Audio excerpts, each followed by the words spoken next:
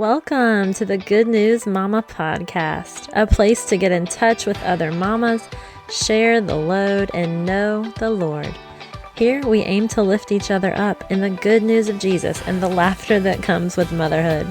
We are a community of mamas just trying to keep the main thing the main thing.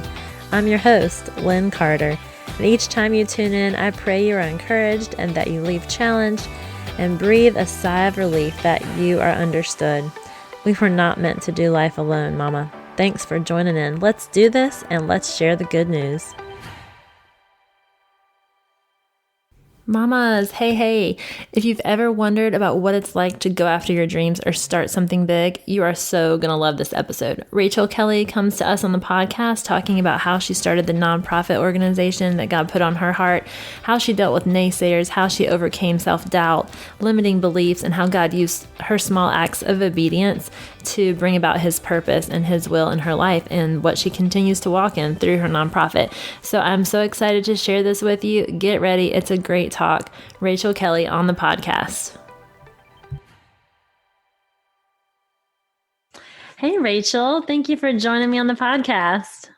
Hello, Lynn. Thank you so much for inviting me to be on the podcast. I'm super excited to be here. Me too. I'm so excited to have met you just a few short days ago, it feels like. It does. I'm excited to have you share your wisdom with me and other mamas. So why don't you just start off with your brief background and share your passion with us, and we'll get started. Okie doke. I am a mom. I have 3 children, and 2 are, I guess, now adults, and that's hard to think about that 2 are actually considered adults, scary and exciting at the same time. And then I still have one 13-year-old that I homeschool. So I homeschooled them all the way through. Wow. So if you're a homeschooler mama, you can do it. I promise you can do it. And it goes by so fast. I'm at an age where I just look back and think, oh gosh, I wish I had little ones. But then I'm also thankful that I don't have little ones. It's conflicting. It's a fun season. So I guess I'm a mom. I'm a single mom. I was married for 20 years, but unfortunately, my husband at that time just decided that he was no longer wanting to be in a family. And so I found myself single and a homeschooling mom, which changes the whole dynamics of your world. You're faced with a lot of different things, like, what am I going to do? And so I became a working, homeschooling, kind of stay-at-home mom. Wow. Those different jobs. Yes. So yes. There's a lot to unpack in that, but I know we kind of planned for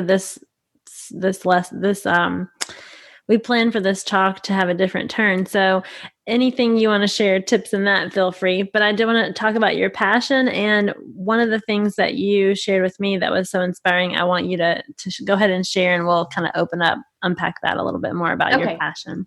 So one of my passions, and one of the things that I really want to do, is encourage women to step out and follow their purpose, their dreams, this God vision that he has put on them. And so recently I have started doing interviews with women, and it's called Women Creating Purpose and Profit. So it's showcasing women who are stepping out, creating businesses that have a bigger impact, that have more meaning, but that's also profitable. I mean, we have to provide for ourselves and for others, in our family. So that's something that I am passionate about doing, because I did that. I started a nonprofit here in our city. I had no experience, no background, and a lot of people thought I was crazy to do it, but it was something that God put on my heart to do.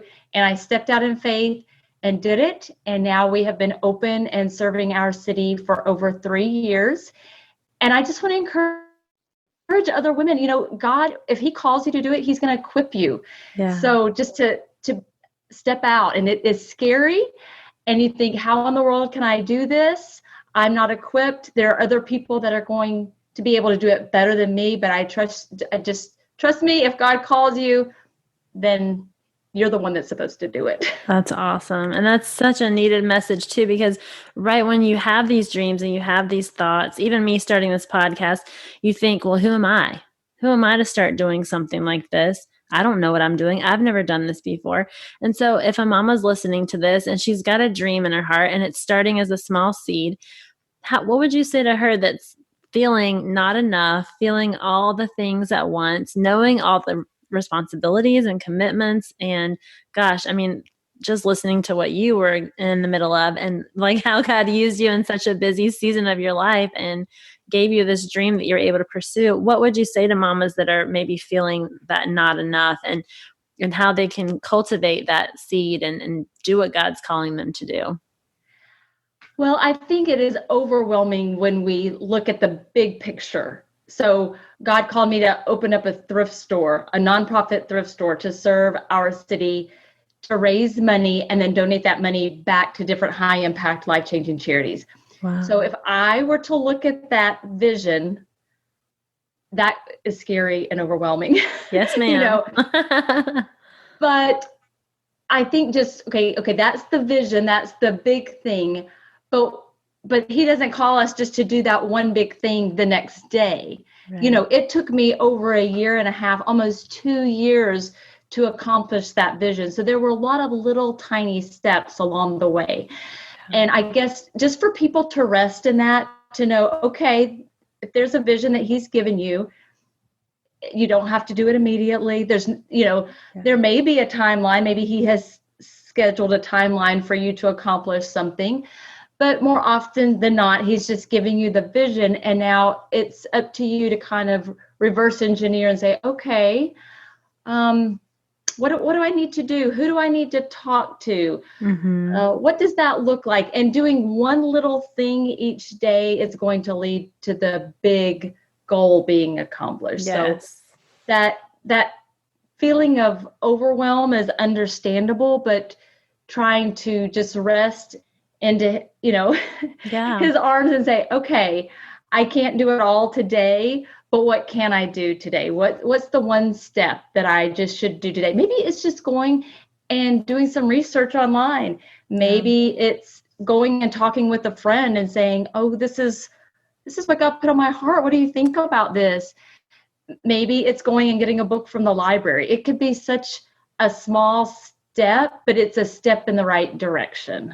So when you were having this idea and God gave it to you, did he confirm it in you over and over with different things? Did he just wouldn't let you shake it because it was just something that kept coming back, and he kind of gave you little glimpses here and there? How was that for you as far as you're looking at this? Because you don't have any business background before this, right? This was completely foreign. Right, exactly. You didn't have any type of degree or anything to business wise to tell you how to set up and how to start and all that stuff. So that is a huge deal that you created such a successful, impactful nonprofit organization with no experience whatsoever. And you made it work. And to me, that is so encouraging. So how did God do that part in you with just reminding you or maybe growing that dream and that vision in you? Well, I definitely was not looking. I was not sitting around thinking, oh, what could I do in my spare time? Because I homeschooled until 3. I worked from 3 till 8:30, got off and, had dinner. So I wasn't just sitting around thinking, what could I do? But I remember so clearly, I sat down at my desk one day and all of a sudden I just had this, I call it a vision. It always takes me longer to tell the story about what God revealed to me than the actual revelation. And it was just a vision of this circle, and that people would bring their donations, that we would turn it into cash, and we would give that cash away, and this circle would grow bigger and bigger. And because I kept seeing a circle, I did what you do these days. You get online and you Google circle thrift. That's exactly what I did. And I don't know how people lived before the internet. I know we did live before the internet, but I just don't know how we did it because that's how everything is done. And I found a thrift store that was doing the exact same thing. And so I called and I said, this is what I feel I'm supposed to do. I just need to know, how much money do you give away each month? Because in my mind, I thought, okay, $2,000, that seems like a good amount to give away. Yeah. And she told me they were giving $20,000 away each month. Oh my gosh. I know. I about fell off my chair. And then a friend told me later, she said, Rachel, if God was going to call you to leave your job and to open up a nonprofit, it wasn't going to be for some small amount. It was going to be for a big amount. And I think that was just confirmation that, oh my gosh, I have to do this. Yeah. That this really was a God thing. It wasn't me just making that up in my head. Right. But I would say before that, the reason I think I could go into it with such excitement and assuredness and feeling of, okay, I can do this, is because several years prior, God had called me to do something that I did not feel equipped to do. And that was to put on a charity 5K run for a family that was raising money for missions. I had no experience being on a 5K run. I wasn't even a runner. So wow.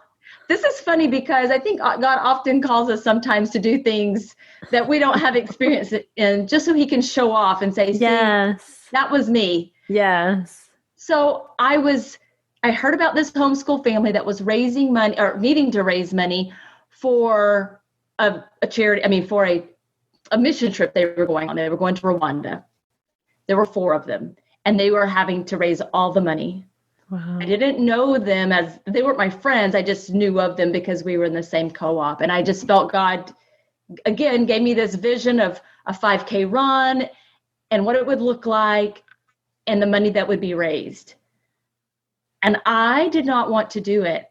But I was telling a friend of mine, I said, oh gosh, I feel like this is what God's calling me to do, but I'm not able to do that. Like, I don't know how to do that. Right. And she said to me, and this is a good friend, this is a sign of a good friend. She said, Rachel, if God called you to do it and you don't do it and they don't raise the funds, how are you going to feel? Wow. And I was like, oh, I'm going to feel horrible. Right. And I said, but I'm sure if I don't do it, somebody else will do it. So God will call somebody else. And he said, and my friend said, well, what if he doesn't? What if you're the way that they get there? Wow. I was like, oh my gosh, that's a lot of pressure, And so I was around this mother of, that was wanting to go to Rwanda. And I just blurted out one day, I think I'm supposed to put on a 5K run for you and raise money so that you can get to Rwanda. And she was ecstatic. She was so happy and so excited. And after I said that, I wished I had not, because I thought, oh my gosh, what did I just do?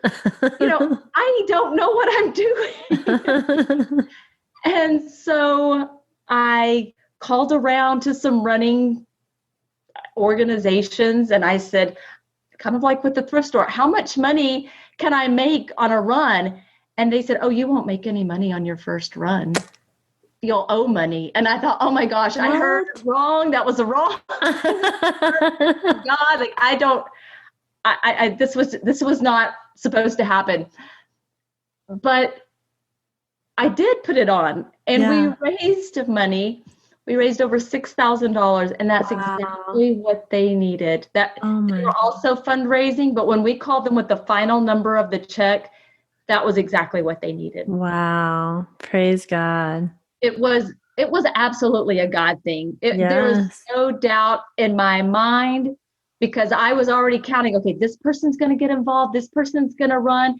And it's funny because nobody that I thought that would come and be runners were runners. He brought runners from out of state who signed up for our run. And I would say, how did you sign up for our run? And they said, oh, we were just searching online. We found it. We thought it looked really neat. That just shows how God was in control.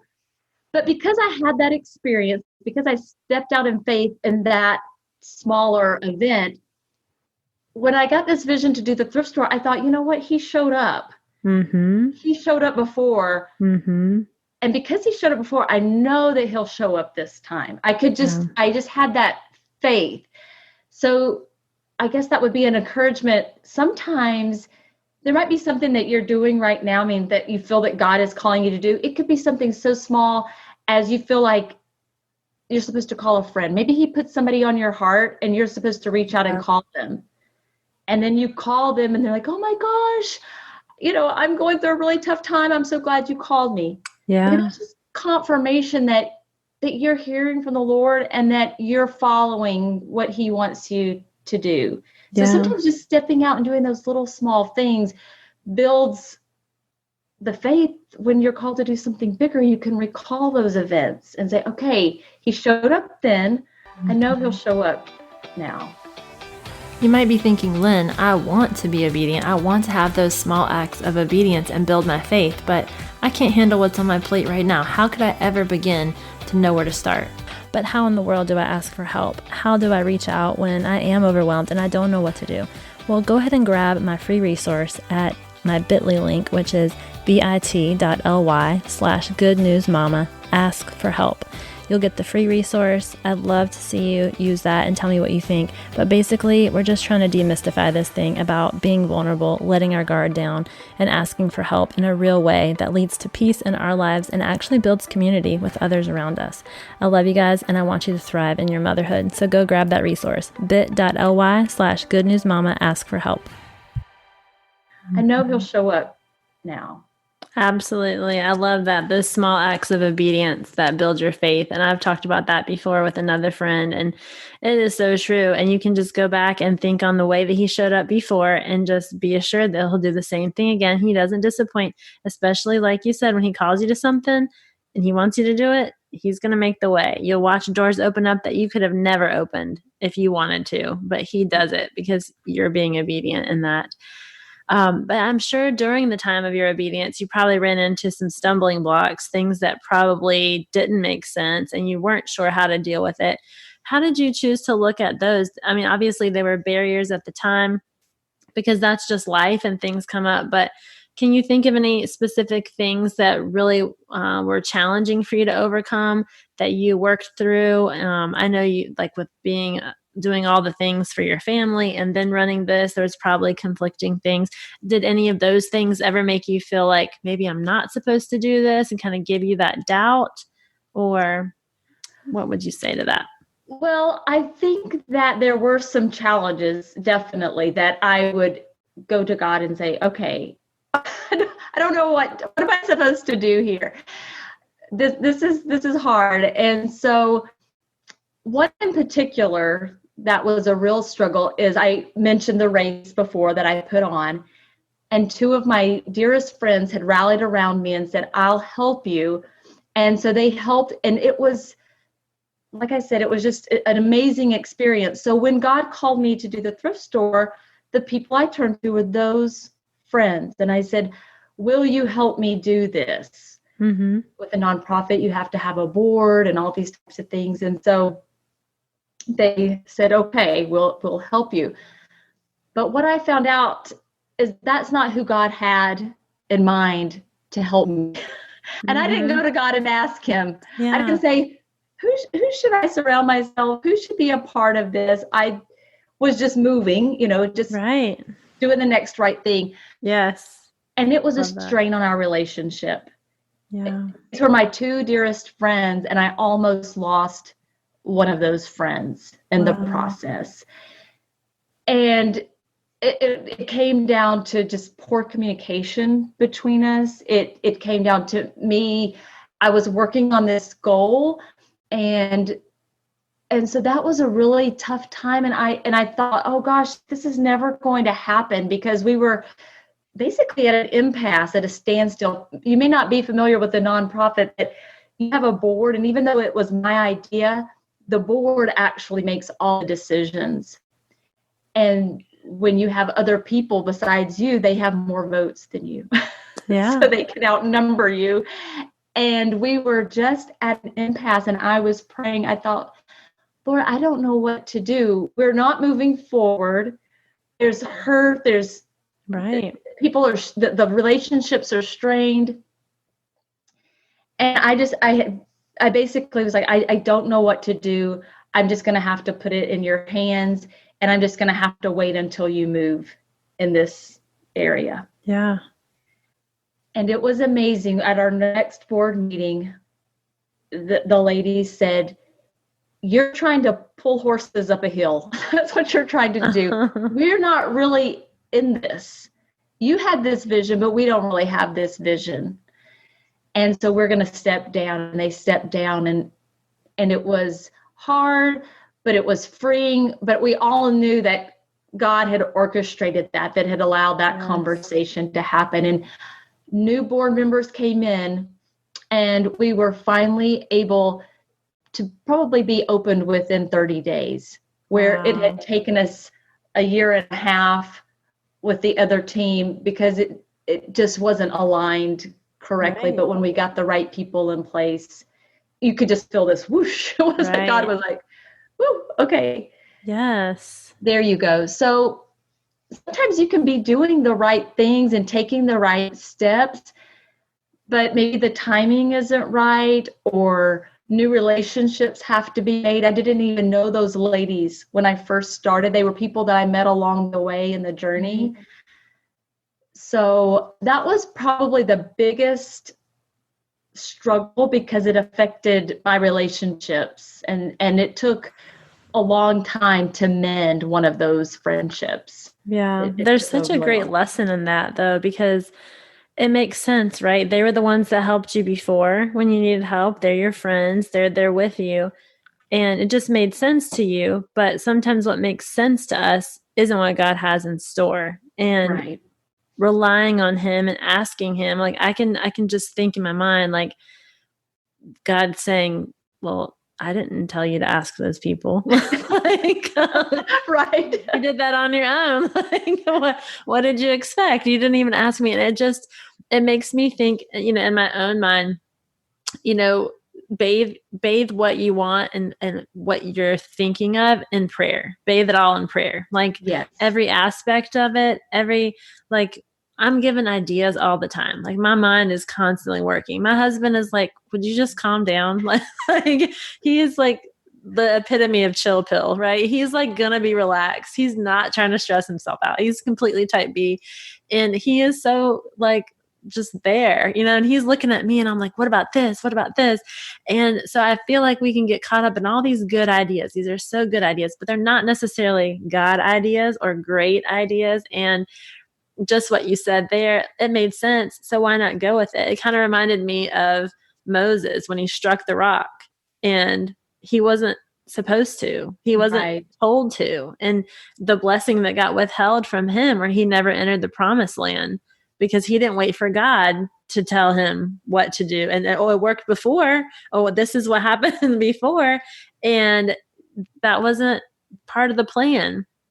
And it was almost like, and I'm guilty of the same thing because I'm type A and I want to get it done. I want to have a plan. I like my things in order. I like knowing what's going to happen. And it does not work that way. And so conflicting sometimes because personally, when I pray for things, I'm constantly like, is this me, God? Is this you? I want this to be like confirmed again. And I'm not trying to test God, but I'm trying to make sure that I'm not acting outside of his will. And so I feel like it's a faith thing just to trust where he's leading you, that he'll kind of steer you in the right direction that you want to go. And like you said, you're just trying to move. I love how you said that. You were just basically not being still. You were trying to carry forward the vision that God gave you. And it wasn't exactly like it should have been, but how God showed you it could be in 30 days, you said, once the right people got in the right places. And maybe you did need those friends to kind of carry you in the beginning and give you that support and encouragement because that was a level of comfort there. So I completely get that too. It's just, I don't know. I just relate to that so much. And I think about how the Bible relates to that too. And in some ways it's like, it's more pressure to me sometimes. It's like, well, what would you say that you really, like how God speaks to you or when he speaks to you? Is there anything that like, that it's his voice versus you? How would you encourage us to kind of differentiate the two? Do you have, I know that's kind of a tough question and personal for each of us, but I would love to hear your thoughts on that. Well, I'm often praying please, Lord, please tell me, what should I do in this situation or that? And just because he gave me a vision to put on a run or to put on, to open up a thrift store doesn't mean that he's always doing that to me. Those were special circumstances that I just knew beyond a shadow of a doubt that was God. So I think that usually how I know that it's him is because it's something that I don't want to do, or that's going to be, I'm like, no, I feel like this wrestling in my spirit, like, okay, back and forth. Like, I really don't want to do that. But then there's this, no, I really need you to do that. I often know that that's God. Okay. And usually, and bringing that up to that point, it's usually because it's our weakness. It's an area that we're in lack. And so we don't feel confident in it, but that's where God's going to shine because he's going to use our weakness as his strength and, take lead. So that makes sense to me. I like how you said that. So other than when I'm wrestling with, God, he often uses other people. I'm just amazed that, when I'm thinking about something or wondering about something, that somebody else will share a story or will share something impactful. And it's like, oh man, that's what I needed to hear. I needed to hear that. Or it may just be a quote or something. I just feel like he uses external things, of course, his word, but in addition to that, because we don't live in his word all the time. I mean, in a perfect world, we would, but we don't. So I just find he uses often random strangers, people who will just share something and it almost speaks to my heart, like, oh, that's for me. Like, I needed to hear that. I'm so glad you shared that. Because I needed to hear it. Well, looking at how things have turned out and knowing now what you do, in hindsight, would you have done anything differently? That's always a tough question because, if we had done things differently, would we have grown in the ways that we needed to grow? So I think anybody looking back would say, well, looking back, I would have, made this decision, and this. But I think, on our journey with God, that's not the way that we look. So we just have to look forward and take those, each step forward. I guess the only thing in this situation that I would have probably done a little bit different is networked more, connected more with other people outside of myself, tried to get other people on board. And although I felt like I was doing that, it was in a very limited capacity. I don't think I was utilizing networking opportunities or even social media the way that I could have. So if you're going for a big goal to do something really big, I just think letting others know and letting them get involved in that dream is important. That's awesome. That's good advice. So for the mamas that are listening that are scared, they're unsure, they're intimidated to go after their dreams, what would you say to them right now? I guess two things. Just start stepping out in faith in the little things. If it's uncomfortable, just start stepping out. I would say recall when God has been there before. Yeah. That he's going to carry you through, and to remember it doesn't all have to be done this week. That's a rest in that fact that you can just writing out the dream, writing out the goal, and then just start listing some things that you would have to do to accomplish that. Yeah. Just those small steps, small steps lead to big changes. That's so good. How long have you had your nonprofit now? We celebrated 3 years in November. So a little over 3 years that we've been actually open to the public and giving back. And like I said, it took us a good year and a half to be able to fundraise, to get our board together, to get into our space, do all those things. That's so amazing that you pushed through that and all the barriers, because I'm so much of a want to have it right now. Like, if I see it, I feel like it should have happened yesterday, Like, so the patience that it takes to grow something like that and to nurture it and to develop the relationships and to keep following day by day, living in that vision, living in that dream that God put inside of you, like that takes a lot of commitment. That takes a lot of dedication that you don't even know is going to be a guarantee. Like you feel like God has put it in your heart. You're praying that he brings it to fruition and that those things happen. But that's so encouraging. Thank you for sharing that with us. Did you have any closing thoughts or anything that you wanted to bring up that I didn't ask about? I'm trying to think. Or maybe like a favorite thing that carried you through this whole time, or something that inspires you. I think that connecting with other people who have similar dreams and ideas, other women who are on the same path is really important. Yes. Because it can be hard. I know when I was starting this and early on, I called one of the nonprofits. He was a well-known pastor, well-known nonprofit leader. And I was calling to tell him what I was doing because I wanted him to get excited. Our whole goal was to give money away, but we wanted to partner with a different nonprofit each month. And so I was excited to partner with this charity.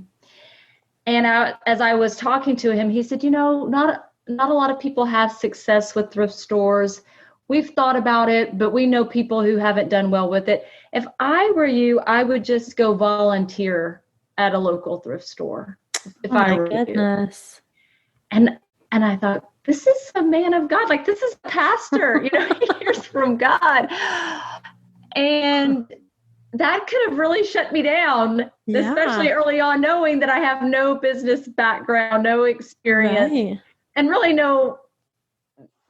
nothing to stand on to say that this is going to be successful. Right. But I think it's being around some other people who can say, you know what, you can do this. We have the same vision. We're working on our goals. We're working on our dreams. And so to surround yourself or to listen to other, encouragement from other women, not even, it doesn't have to be just women, it can be men as well, but other people who are stepping out in faith and doing things that they feel God is calling them to do. Yes. Gosh, that is so powerful. I love that you brought that up because like the naysayer in me is big enough as it is, right? Like imposter syndrome. Like, do I need anybody else to plant like the tiniest seed of negativity? Because I'm already thinking in the back of my head how unqualified I am, and just replaying all those insecurities that nobody sees on the surface, but that you give validation to in your mind that are not real. And so when somebody else says a comment like that, and I'm just speaking this out for all of us because it can be so derailing. Just what you said. If you put stake in what he said, because he is a man of God, because he has a charity or that you wanted to partner with, that could have changed so many people's lives, or it could have had an impact and a lack of change on so many people's lives because you would not have walked into that purpose and that calling that you have. And I just want to encourage people listening to this because I feel the same thing. And I have to tell my husband this sometimes because I'm like, as much as I am like positive, glasses half full, he's so much more realist, so much more negative Nancy about things. And he's very good at discernment, but I'm like, I just need you to be quiet. Okay. I just need you not to tell me anything because I care what he thinks, but I know how he tends to lean and gravitate toward just as his personality in general. And he's just more safe, more reserved, more, why take big risk type of thing. And so for me, just that, even that I tend to use as a crutch sometimes. And he's not even doing anything wrong. He's just being himself or bringing up things that I don't see. But it can be like kind of dimming your light a little bit. It can be kind of limiting you. And I just want to say you have to be careful about staying in tune with that calling. Like you knew that came from God. You continue to seek God for that. You didn't seek everybody else's approval, but you definitely want people in your corner that are sharpening you. Like the Bible talks about iron sharpening iron. So one man sharpens another. And so when you have people that are walking in faith, like what you're talking about, and reminding you, it's just another thing spurring you on toward what God's called you to do. So even I guess I would bring up my husband as an example, because he's a voice of support in my life. And even things that he say, I can twist and manipulate too, to be, well, is this doubt? Should I not do, you know what I mean? And so I think it's just very important, like you say, to not give too much weight to humans, because they're human.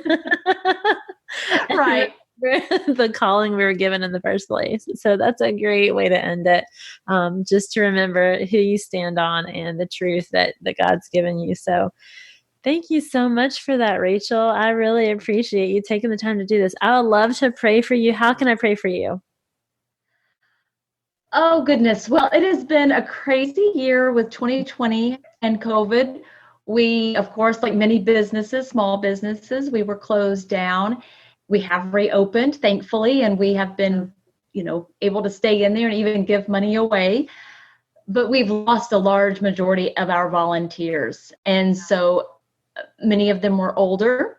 So we're just praying God will bring new people to our organization that want to serve. We're staffed by volunteers. And so we're so thankful for the wonderful women and men that we have right now with us.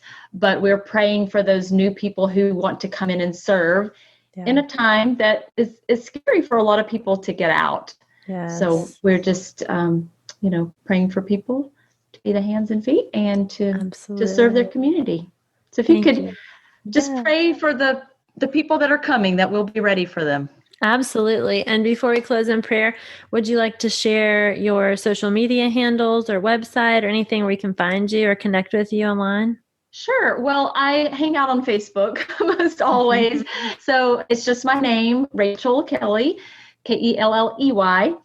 And on Mondays at 8:15 p.m., I will be interviewing women who are creating businesses for purpose and profit. So if you want to be encouraged or inspired, you can come and, hop on and listen to those, or you can watch them later. But I hope they will be an inspiration. That's what the goal is to inspire other women. And so I'm also on Instagram at the Rachel Kelley. Can't say that I really do much over there, but I do have an Instagram. There you go. I feel the same way. Well, thank you so much for that. Let's close out in prayer together. Okay. God, I thank you so much for my new friend. I thank you for Rachel's heart and her passion. God, thank you for her obedience, that she answered a calling that was scary. It was big, but it was a dream and a vision that you put inside of her, that you asked her to run with, and she did. And God, I thank you for blessing her in that. Thank you for the relationships that you've ordained and brought into her life that have allowed this to propel forward, to bless and bless beyond what she could have even imagined. God, I thank you for remaining those friendships intact, the ones that helped get her started. I thank you for the role that they played in her life, and I pray you bless them for that as well. God, I just lift up specifically the volunteers, the people that have been impacted by COVID, the people that normally would be volunteering now, but due to the pandemic and things going on, God, you know the scariness that surrounds that. But I just pray that right now you're working in hearts and you're raising up a group of people that are committed, that are eager, that are desiring to make a difference, that are wanting to volunteer their time and their services. They're wanting to put themselves out there in great faith and watch how big of an impact you have through this business and through this nonprofit. God, I can't imagine the lives that are being impacted even as we speak, just because of the need that there is. I thank you that the resources they provide are affordable and that they're available and that they're ready to be dispersed. And I just pray you bring the hands and feet there to do it for them now. God, I lift up to you Rachel and her family and her fiance and her life on a personal level. I pray blessings and favor and boldness upon them this year. I thank you for her willingness, and I thank you for just the love and the faithfulness that she shared with us today. And I just thank you for her and for this new friendship, and just pray you be with her until we meet again. In Jesus' name I pray. Amen.